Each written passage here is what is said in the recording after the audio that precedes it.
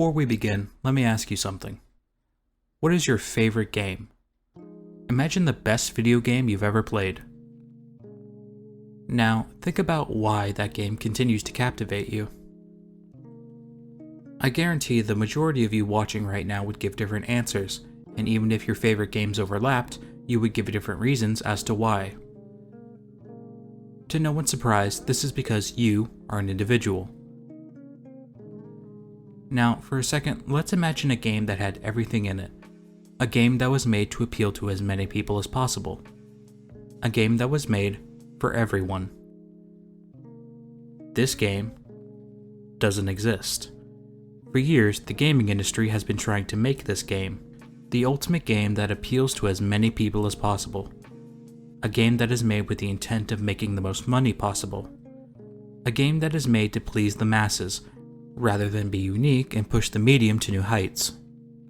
You are an individual, and AAA games are not made for individuals. They are made to appeal to as many people as possible. Indie developers are ahead of the curve. They don't endeavor to make games with universal appeal, which is why indie games are taking over. What does this mean for the future of the gaming industry? Let's find out. Hello again, people. In this video, we're going to talk about why indie games are taking the industry by storm and what this means for the future of gaming. The overall goal of this video is to analyze the effects of mismanagement during the video game making process and argue how it is a more common problem on the AAA level. I understand that this conversation is nothing new, but I might be able to pique your interest by proposing a prediction for how making video games will change in the near future. Over the course of this video, I will be comparing and contrasting games of varying sizes, with each comparison sharing multiple themes. Most of these comparisons will feature the indie game being made and sold for less money, and either being more loved or overall better quality than the compared, big-budget game. Keep in mind, while the compared games could be completely different, the overall point of the comparison is to contrast how they were made. Before we begin, please be aware that I am biased when it comes to this discussion. I prefer indie games to AAA for my own reasons, and these reasons are why I made this video. Despite my bias, please understand that I will highlight advantages for making games at the AAA level to remain as fair as possible. I do not want this video to sound too one-sided or to come off as taking the stance that AAA games are always worse than indie. There are obvious pros and cons to both, and truly, if anything, this video's intended goal is to isolate the internal issues within the AAA gaming industry itself, so they may not be repeated and we begin to receive better AAA games as a result. At least, one could hope. Why are indie games collectively a better option when choosing your next game? How is it that these massive multi-million-dollar game companies are failing to make satisfying experiences as compared to these small groups of people working in small offices, making a game for marginally less money? When you look at the highest rated games on Steam, the majority of them are indie games. This is not to say that we haven't received great AAA games as of late, but with all those resources at their disposal, you would expect a better product more often than not. Lately, it feels like the exact opposite. There has been a continuing trend in the realm of the bigger AAA gaming scene that recent releases have either been uneventful, disappointing, or just flat out bad.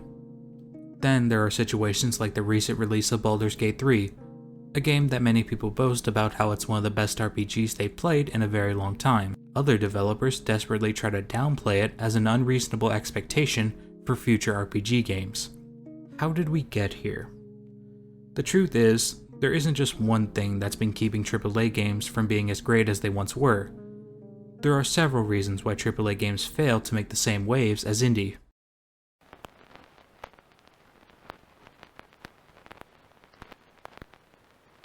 What is something that everybody needs?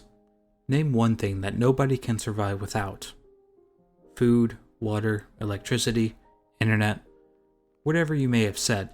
All of these utilities and resources are standardized under the philosophy of money. You don't need money to survive or to be happy.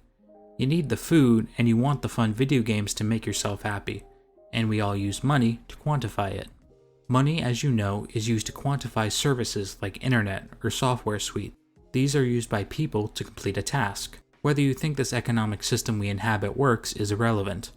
My point is, we are all affected by this system. We all need food and therefore money to survive. To make anything, you need resources.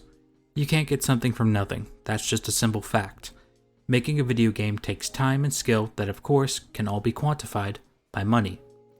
This is one of the benefits of having a large company backing you. More resources. Resources increase with the scope and scale of the project. Like many of the games we'll cover today, their respective projects can balloon out of control. You rarely get this with indie games, because not only are the expectations lower due to the lesser price, but the overall scale of the project is much smaller, easier to manage. Through business, work is an exchange. The developers and artists offer their talent, knowledge, and passion in exchange for payment. Afterwards, the publisher ships and sells the finished product, which is par for the course for any business. However, we're not just talking about business, we're talking about the creation of art. I'm not going into the discussion of whether or not video games are considered art. Frankly, I would be genuinely surprised if this was still a contentious topic. Art is a form of expression, an outlet for those to apply their life experiences to a craft while using it to express their emotions in a way to move someone else. Video games can invoke feelings of great joy and sadness or any other myriad of emotions. To put meaningful work into anything, one must possess a level of passion for the medium. There is no doubt in my mind that the developers of AAA games have a passion for making games, but I would question how many of them have passion for making the specific game that they have to make. There's a saying that goes, if you enjoy your work, you never work a day in your life. I agree with this saying, but what happens when your interests change? What happens when you continue to make the same type of game for decades? Would it really be that outlandish of an idea to say that the prospect of making games could lose its steam after making Assassin's Creed 8? Even if the developers claim the passion is still there, it's just basic human psychology to understand that the more exposure you have to something, the less interesting that thing becomes. The point is, you can't buy passion, even if you have all the money in the world. Sure, you can hire someone to help create their favorite franchise, but eventually, the line between joy and job will become much more blurred. Independent games are often referred to as passion projects, accurately so. A regular person would not be pushed to do something crazy like sell their house if they didn't have true passion for the thing they wanted to make. This would be marked as the first reason why indie games are taking over. The passion is there. Most indie devs see their game as their ultimate goal, a child that they create and then raise to be the best that they can be, while I would argue that AAA game devs see it as their job. Indie developers make the games that they make because it is something that they genuinely care about. It is their obsession, their magnum opus, something that they care about like it's their own child. Money is the driving motivation for AAA publishers and developers. There's nothing wrong with this. After all, we already established that we all need money to survive. But what if you have the resources, but no passion to speak of? What if you take one of the biggest, most experienced RPG developers in the industry, but leave them completely directionless? You get something like Anthem.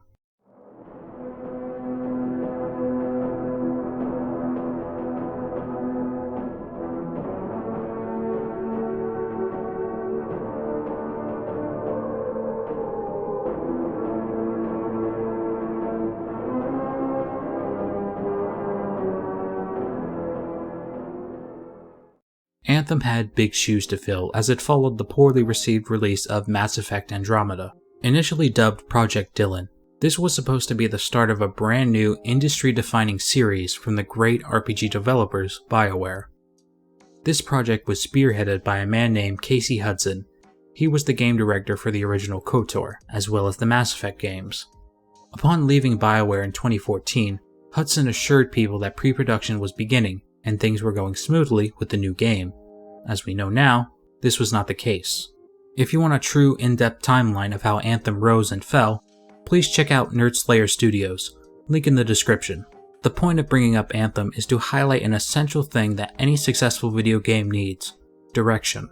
Seemingly the only person who had any vision of what Anthem was going to be was Hudson, and when he left, the development team was left to realize this grand vision that belonged to someone else, and truly didn't even exist. Patrick Soderlund of EA played a test demo for Anthem and imposed his own ideas onto the project. This went against the direction the team had been establishing. Anthem was supposed to be a survival game that would have you struggle to stay alive on this feral alien planet. Not only that, Patrick demanded that all the development teams under EA develop all their games using the Frostbite engine, a business-minded decision made in hopes to cut costs. This marks one of the biggest drawbacks of being funded by publishers. They are businessmen, not developers. Because of Patrick's meddling, Anthem quickly warped into an Iron Man looter shooter, causing misdirection of the game's development. Many of the development staff didn't even know what Anthem would entail until the 2017 E3 demo would be released.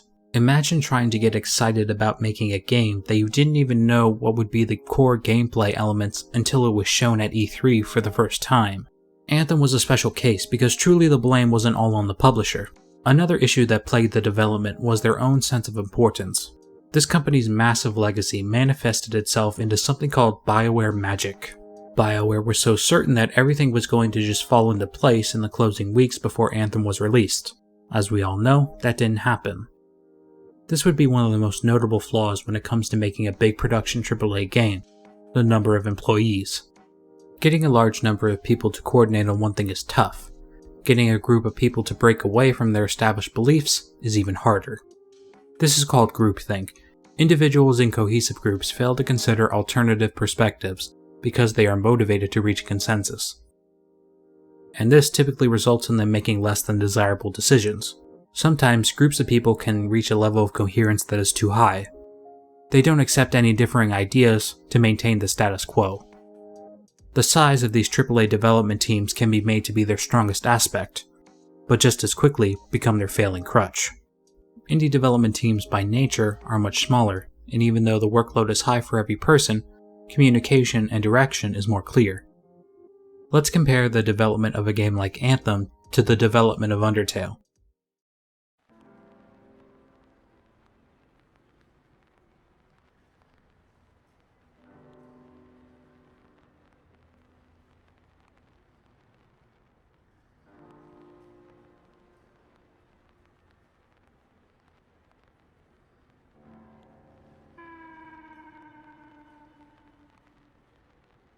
Coincidentally, Undertale and Anthem began development around the same time. In truth, these games are very different, but truly the biggest difference comes from their development cycles.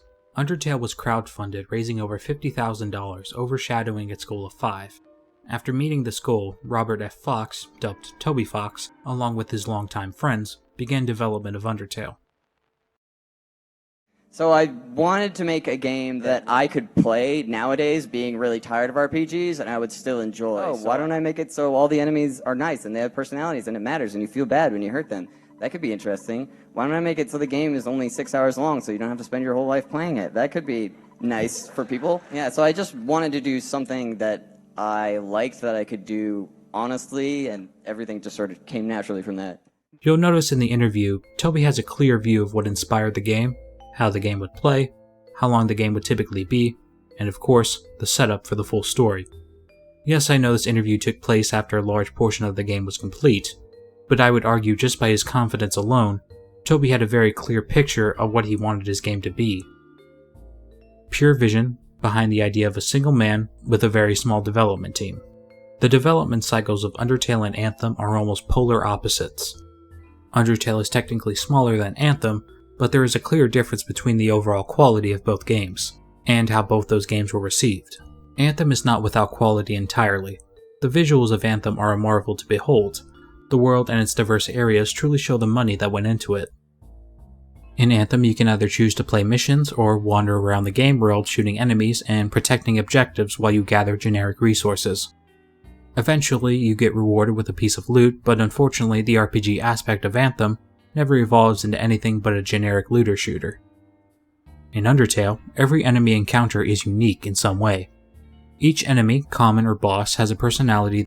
These personalities make the engagements more memorable, quality over quantity. Anthem has quality within its graphical fidelity, but poor quality when it comes to its enemies. Something that can also help to measure quality is customer satisfaction. User reviews are a good metric for measuring customer satisfaction, but not always does it measure success. This metric is very difficult to quantify as the project becomes bigger. Anthem did contain the widely hated but still profitable microtransaction business model, Anthem reportedly brought in $100 million in digital revenue in its first month of release.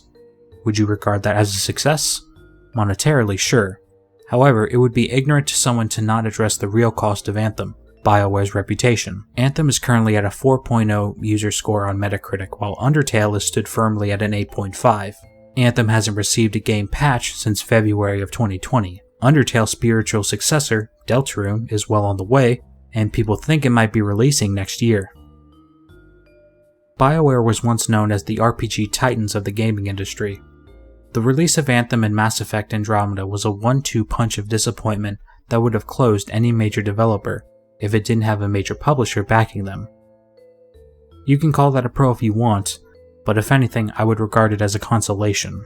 Dragon Age 4 was announced back in 2020, and nothing official has been released since then. Only time will tell if BioWare can perform a comeback. BioWare is getting layoffs, while Toby Fox is making the game of his dreams all over again. So what does all of this tell us? These resources are useless unless funneled into a purpose that the people who make the game believe in, but if clear vision and direction is not applied to the task at hand, the overall result will pale in comparison to what it could have been. Resources, time, and energy will all be wasted because it did not have the proper hand to guide it. Indie developers answer to their fans and themselves, which means that everyone involved is already on board. The smaller size in indie games also make them relatively more manageable. Couple that with the ready and accessible tools like Unreal Engine, Game Maker, RPG Maker, etc. It's no wonder that you hear stories about people leaving bigger development companies to form their own. Smaller development teams can be organized quicker, more easily communicate, and of course, cost less money to keep together. The recent failings of AAA games proves that bigger doesn't mean better. To bring home the concept of quality over quantity between these two games, I will be comparing encounters between enemies in Anthem and then Undertale. To keep everything fair and honest, I picked a random named enemy from both games and compared their encounters based on how memorable the encounter was. If you already get the picture, feel free to skip to the next chapter. Let's begin. While walking through the city of Taurus, I met a man named Yarrow. He's a retired freelancer who has tasked me with defending a group of Arcanists while they conduct research. The motivation of this mission is to see if the ground underneath the city is stable. We have our setup, now on to the actual encounter. Later in the mission, we find that Arcanists are being captured by this group called the Scars. Scars have an interest in relics, which Arcanists are experts in. We track the Scars to their hideout and begin to rescue the Arcanists. A fight ensues, and then a Scar by the name of 𝐸𝐞 appears. We are given no context as to who this person is other than the fact that they deal with very bad people. Yes, it is. What? Who? That big Scar. 𝐸𝐞, a plague, known to work with many bad people. Aside from that, he is just a slightly bigger version of the same Scars you have already been fighting, with a larger health pool. This Scar has a name, and based on Yarrow's reaction to his arrival, we can assume that he has history, goals, maybe even motivations. However, 𝐸𝐞 doesn't speak a single word during his encounter. We have no idea who or what this person was, despite the characters around you acting like this is not the case. Was he the one that orchestrated all of this? If so, why was he capturing Arcanists? This whole time throughout this mission had me to believe that this was leading to something, that maybe there was more to the surface. But here I am at the bottom of this story and barely feel like my feet are wet. This leads me to question why even have 𝐸𝐞 in the first place. Is this all just a poorly constructed facade to make me think that this was a deeper story? The Arcanists act like scientists in the world of Anthem. They conduct research to better the human race's understanding of this planet and the forces that act upon it. The fact that they are being abducted should be alarm for everyone, especially the Arcanists. You could have made something more endearing if you gave it more time to mature. You merely have the backbones of a story. Now for Undertale. Admittedly, Undertale has an advantage due to how simple the story is. The animosity and the motivation of every monster you come across throughout your journey within the underground is explained from the beginning. For a long time, humans and monsters have been at war. Not every monster tries to kill you. One of the first monsters you meet offers to take care of you and shelter you from other monsters that would do the opposite. Afterwards, almost every single monster you meet tries to fight, capture, or kill you. It is the player's discretion to choose how to react to this animosity. This is the sole purpose of Undertale's story. Aaron is not that unique compared to the other monsters, But like I said, to keep it fair, a monster was chosen at random. Aaron's personality is directly connected to his body. He is incredibly fixated on his physique. Upon checking Aaron, he seemingly becomes happy that someone else is paying attention to his muscles. Unfortunately, the fixation goes a step further beyond that. Throughout the entire fight, Aaron flexes, completely unapologetic on where his sweat may fly. When you try to get them to leave, Aaron simply responds with a tone-deaf response, like, "You'll like it eventually." This egocentric behavior persists as you continue to encounter Aaron throughout Waterfall. The only way to get Aaron to leave is by flexing yourself, which then causes Aaron to flex so much they fly out of the battle. After reconnecting with 𝐈𝐧𝐝𝐢𝐞, you have the option to spend some time with them inside their house. 𝐈𝐽𝐶𝐝𝐢𝐞 has a selection of music that you can activate and listen to. This music by design is meant to be spooky in nature because they are a ghost. Listening to them will change the battle theme to that song for a time. Listening to the frightening music gives Aaron a revelation. From then on, Aaron vows to never be creepy again. If you end up in a battle with Aaron again, telling them to leave will actually work. Growth. The establishment of boundaries stemming from an emotional experience. Very simple character growth, but growth nonetheless. Both 𝐸𝐚𝐞 and Aaron are completely inconsequential to the events of the stories in their respective games. However, as we can see from the comparison, one is more qualitative when it comes to the writing. Any number of assumptions could be made about the dealings and life of 𝐸𝐚𝐞, but none are set in stone. Maybe there was a codex entry about him, but it doesn't matter. 𝐸𝐚𝐞 was a named common bad guy who showed up and was dispatched just as quickly as he arrived, before even uttering a single word regarding why he was trying to kill you. Aaron meets the player as a flawed individual. Aaron's personality and habits potentially have a negative impact to the people around him, but he does not care, because he is too busy indulging in himself. After being met with the same feeling of discomfort caused by something out of his control, he finally understands. He takes steps to better show respect to the wishes of the people around him without losing himself. This is nothing Shakespearean, but you wouldn't expect something like that for a common enemy type.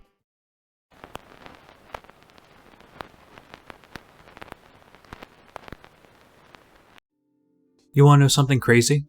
Your next favorite game that you can obsess over for years could be completely unknown to you.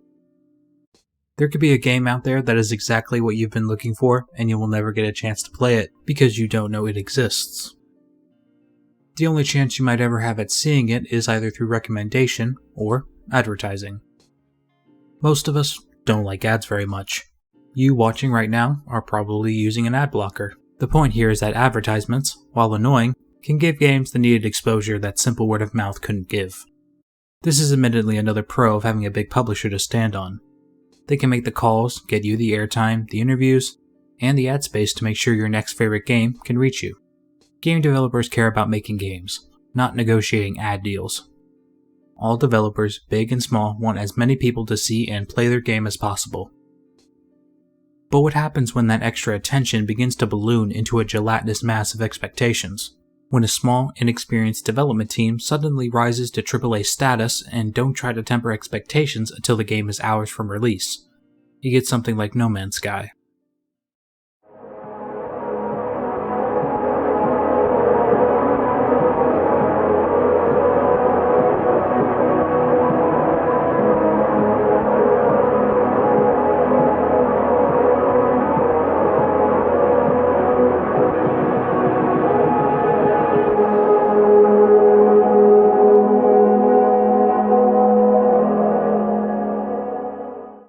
Here comes potentially the most controversial part of this video.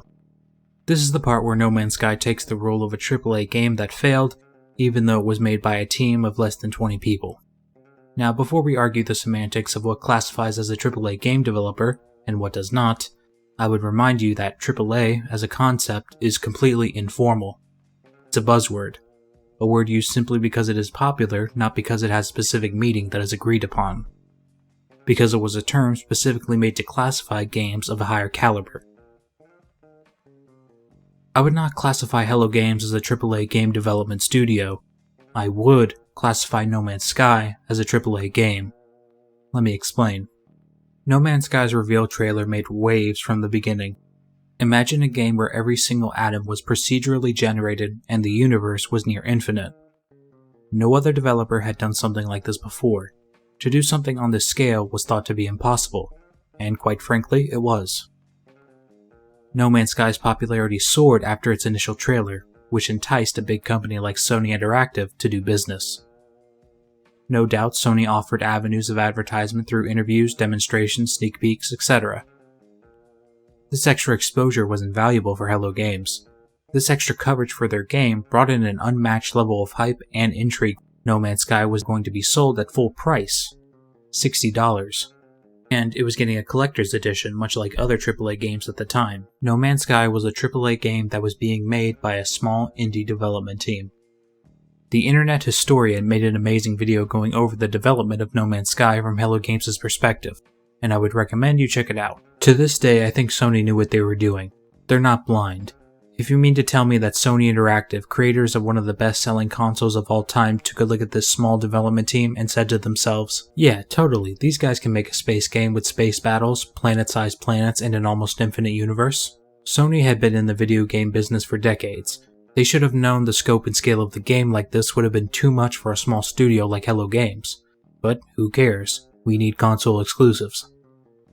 The real telling part was when Sony joined in on the criticism of No Man's Sky, saying that, I understand some of the criticism Sean Murray is getting, because he sounded like he was promising more features in the game from day one. Sony specifically wanted No Man's Sky to be a PlayStation 4 timed exclusive.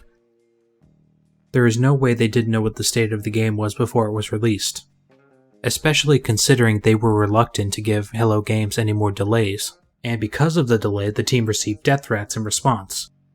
Talk about a punch in the gut. Sean Murray and Hello Games are not completely without criticism themselves. No Man's Sky is often hailed as an underdog tale and a redemption arc. However, while many of us now relish in its success, we must remain cautious. No Man's Sky is a successful games-as-a-service story. Undoubtedly, the worst part about this tale of Hello Games is that it could potentially encourage copycats. Sure, go ahead, go on interviews and make claims about features that will be in the game, and when it releases, just start releasing small incremental updates over the next few years, adding in everything you said was going to be at launch. As much as it pains me to say, the initial response to No Man's Sky was probably needed. The overwhelming negative response is what most likely deterred any potential copycats. All that being said, I am a fan of No Man's Sky. Even before, when it released in its awful state, I enjoyed it. The leaps in technology were unprecedented, and inspired other developers to do the same. I truly hope the gaming industry learned from the rise, fall, and rise again of No Man's Sky. Thankfully, Hello Games has learned from their mistake, that mistake being that they overestimated their abilities. As passionate as they were, it's hard to think back and not question how they expected themselves to complete the game, especially considering the only games they made before were Joe Danger. Making a game like this was their previous limitation, and to improve themselves, they decided to make a space game with a simulated universe. I can't help but respect the initiative, but tempering your own expectations will stop you from disappointing yourself and other people.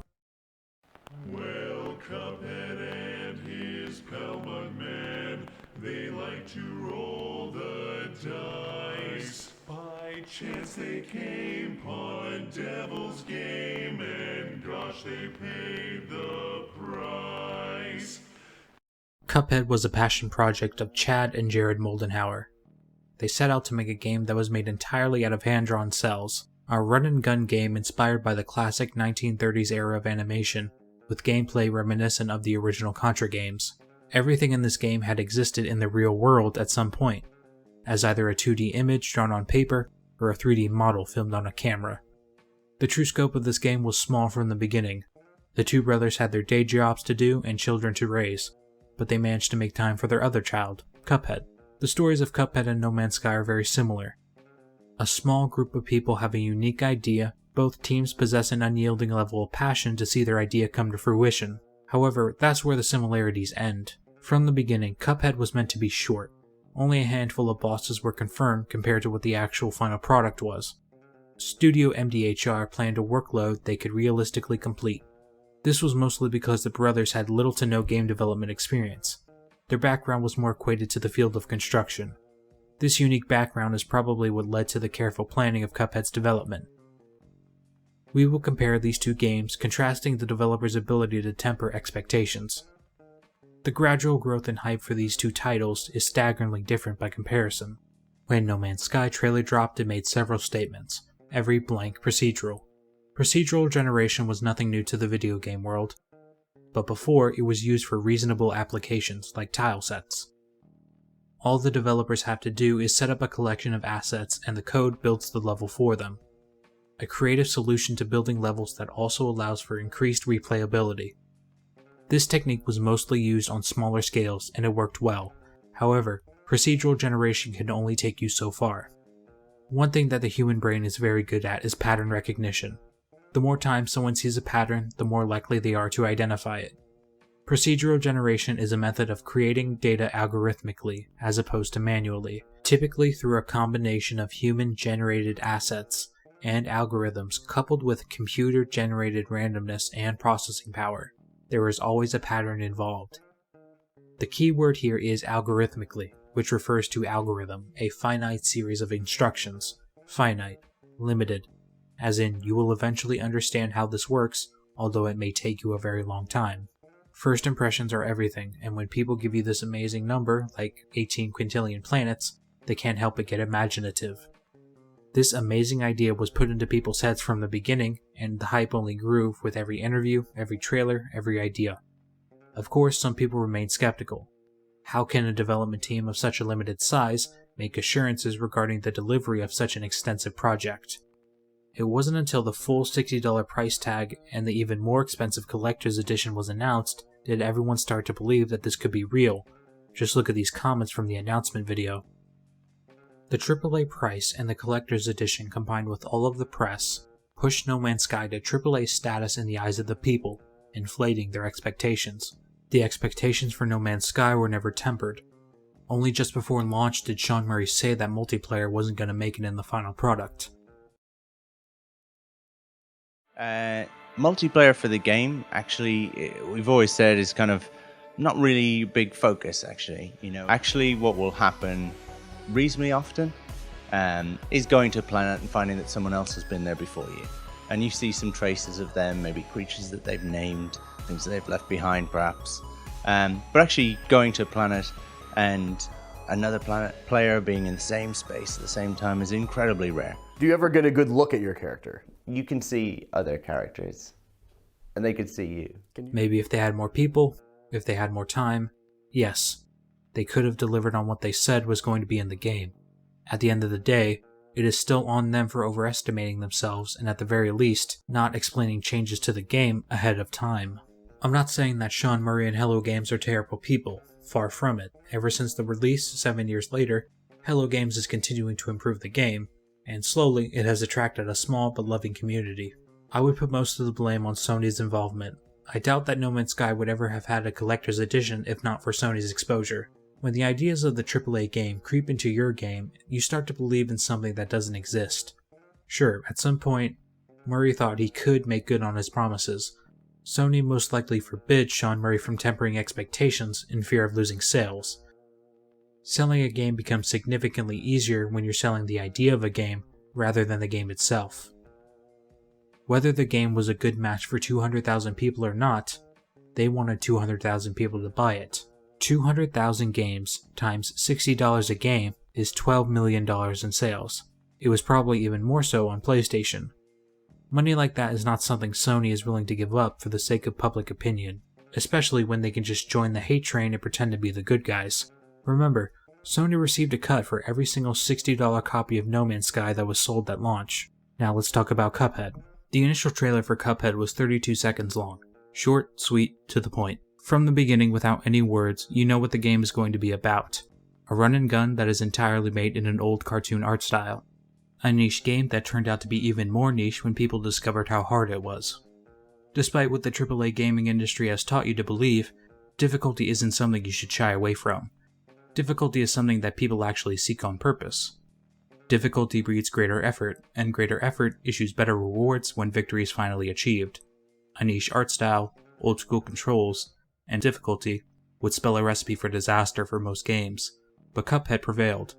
At a $20 price tag, people paid less money, received exactly what they expected, and still the developers managed to make money, selling roughly 1 million copies in its first week, making them over $20 million. Obviously Hello Games made more, The real point is that you can be successful by adhering to a niche. Cuphead excels within its respective niche, which is probably why it was so successful. Cuphead also received some of the AAA treatment. The brothers went on stage, just like Sean did, but what they excelled at is making sure that people knew exactly what their game was going to entail. More of the same gameplay that was shown in the initial trailers, and just reinforcing what the idea of this game is. Simply stating, we love this game, maybe you will love it too. No Man's Sky during their E3 demo showed pretty much the exact opposite.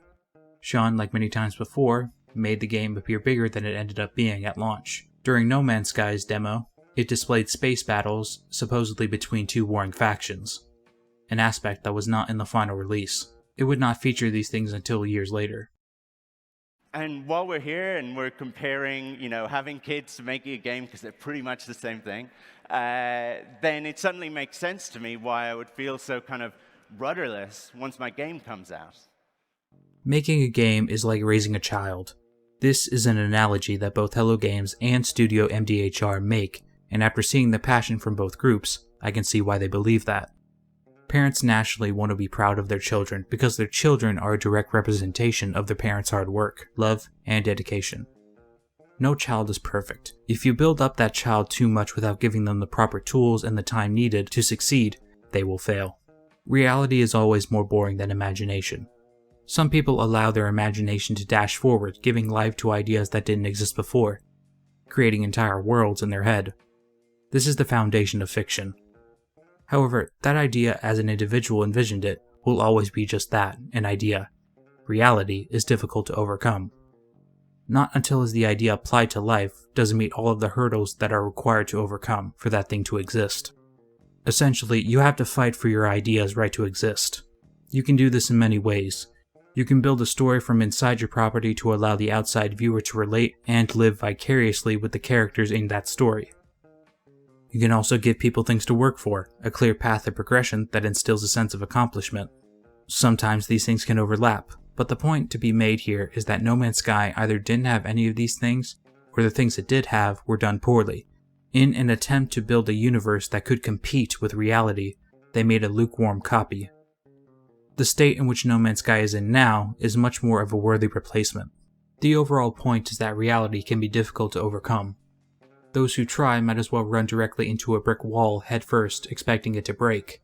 There was no way that Hello Games could have raised a child capable of doing all the things they said it could. The reality is that they needed more time, resources, experience, and above all else, pragmatism. The key to surpassing your limitations is to first identify them and acknowledge them. If you overestimate yourself, you won't find out until it's too late. This is something that indie games understand much more than AAA devs do. By nature, they are smaller and even sometimes less experienced.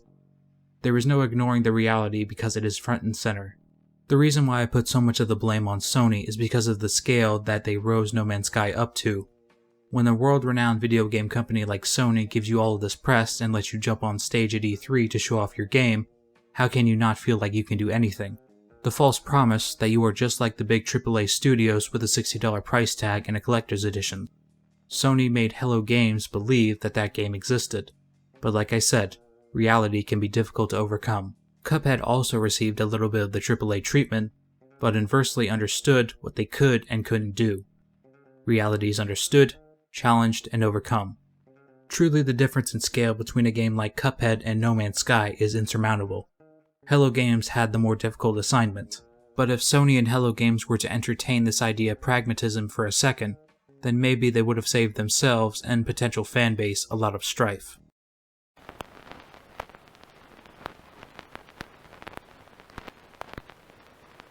Whenever the subject of freedom comes into earshot, I always remember a phrase my history teacher used to say.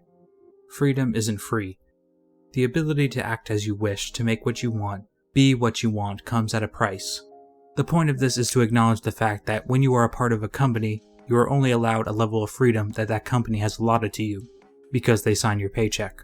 The owners of that company, or the publishers of that company, have the final say in what is put into the final game. Also, like we previously discussed, the motivations of that person and the development team don't always coincide.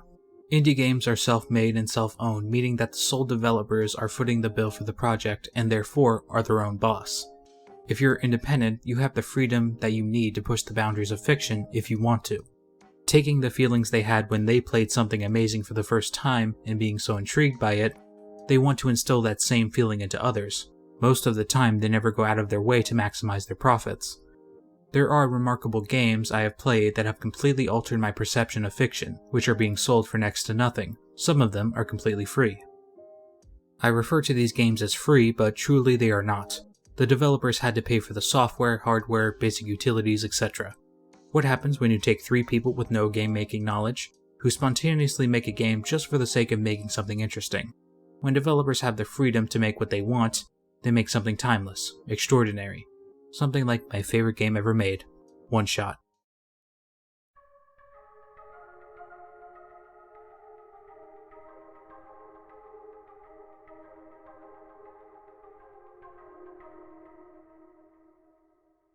One Shot is one of the highest rated games on Steam, and truly, it deserves it.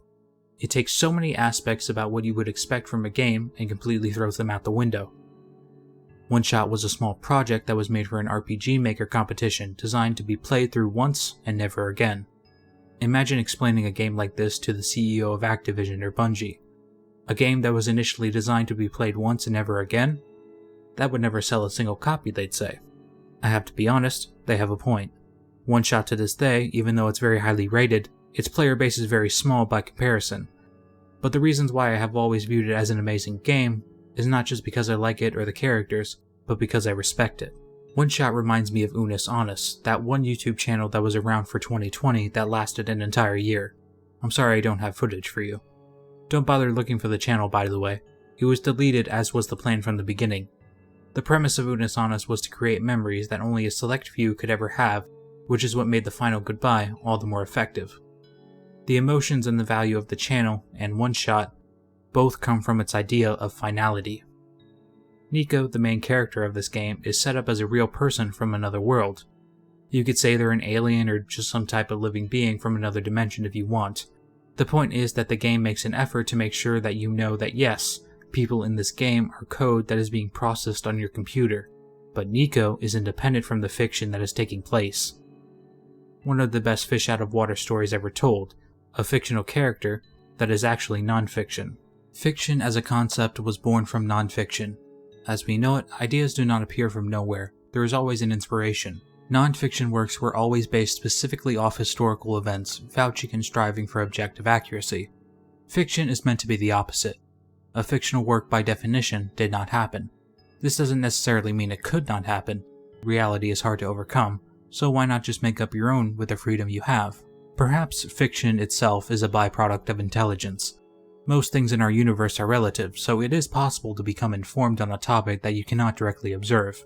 For instance, the ancient Greeks knew the Earth was round. They didn't have any means to directly observe the Earth from a distance, but they were able to envision the information by using indirect means. I use the Greeks as an example because, arguably, the ancient Greeks were the founders of fiction. The Iliad, the Odyssey, some of the most ancient works of fiction, which coincided with a race of people that could envision something they couldn't see with their eyes. The reason why I highlight all of this is to make you understand the power that fiction can have. Yes, it's fake. Yes, it never happened, but it sparks something in your mind that makes you feel like it could be real. This is exactly what the developers of One Shot had accomplished with 𝐈𝐴. From the beginning, 𝐈𝐴 is an outside actor, a character that is observing the events of this piece of fiction. But we are informed by 𝐈𝐴 themselves, and the world, that 𝐈𝐴 is also not a part of this fiction. 𝐈𝐴 is real. They have a family, their mother is waiting for them and missing them, praying for their child to be returned to them. The emotions that 𝐈𝐴 feels are real, and they are written so well that you believe the fiction. You believe that 𝐈𝐴 could be real. You, the player, also have a part to play. Everyone in the story addresses you, 𝐈𝐴 more so. Not only are you a spectator in this piece of fiction, you are an acting participant with more power than you realize.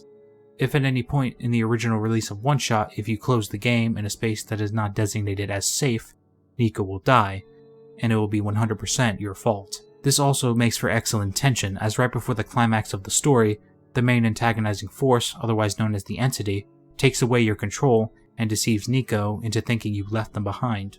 Believe me when I say this, this is one of the most tense moments that I've ever felt when playing a video game. It's like your child is being taken away from you while you're stuck behind a bulletproof glass window, knowing you can't do anything to stop it. Only with the help of another character do you finally bypass the game and make contact with 𝐸𝐞𝐬 again. I could talk about this game for hours, but to cap off this chapter I will say this: freedom breeds fiction.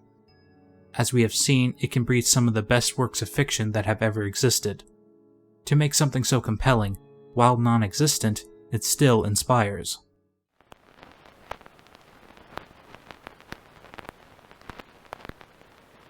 Finally, we come back to the question: what does the indie takeover mean for the industry? Based on everything we talked about, I can say with confidence that AAA games will continue to exist. They have the resources to persist, and people will always want to make money. Some will be high quality and possess the merits that we've talked about, some will not. However, every day more and more indie games will begin to overshadow and maybe even outperform their AAA counterparts. AAA big production will still make money, no doubt, but really meaningful change won't happen until they see it reflected in their bottom line. When it does, the company will either fizzle away, break apart, or get independent. This has already happened in the past, so it's not far-fetched to say that it will continue. Titanfall 2's developers were a small group of people that split off from Infinity Ward. Even Hello Games was made of developers that left EA. To any AAA developers watching this, my advice would be to get ahead of the curve. Don't wait to get laid off by your awful business when the CEO gets millions of dollars in raises. Take your idea, or come up with one, forge your own path, and make your Undertale. You can do it. I know you can, because you are an artist, an individual. This is what you've decided to do with your life, so why not make something you love? Be independent. Even if you like making shooters, even if you like making open world games and RPGs, do it. Just because the genre is saturated doesn't mean you can't break through. Before Titanfall 2 released, Battlefield and Call of Duty ruled the first-person shooter market. Really, the only reason Titanfall 3 hasn't been released yet is because Apex Legends makes too much money. When you do eventually decide to become independent, just remember a few things. Customer satisfaction is important. Don't be bogged down by your history or your accomplishments. Use your newfound freedom to experiment and push the boundaries of fiction. Push the median to new heights. AAA games will always exist because if they didn't, there would be no boundaries to overcome, because most AAA games set the boundaries. I guess what I'm saying is that overall, the boundaries set by AAA games have been waning over the years, and people are noticing that indie games are catching up now more than ever. They will continue to notice. As long as we have creators with vision equal to their direction, those who work for qualitative pieces, those who can temper their own expectations and understand their limitations, people with the imagination to forge something new from what already has been, and the passion to overcome the hurdles of reality, those who take and use their freedom to push the bar and pioneer the next realm of fiction. If we can do that, it won't matter how much money we make, or how many pre-orders we get. You would have made something extraordinary, something that is inspiring, and will guarantee the perpetuation of dreams. Thank you all so much for watching. Goodbye.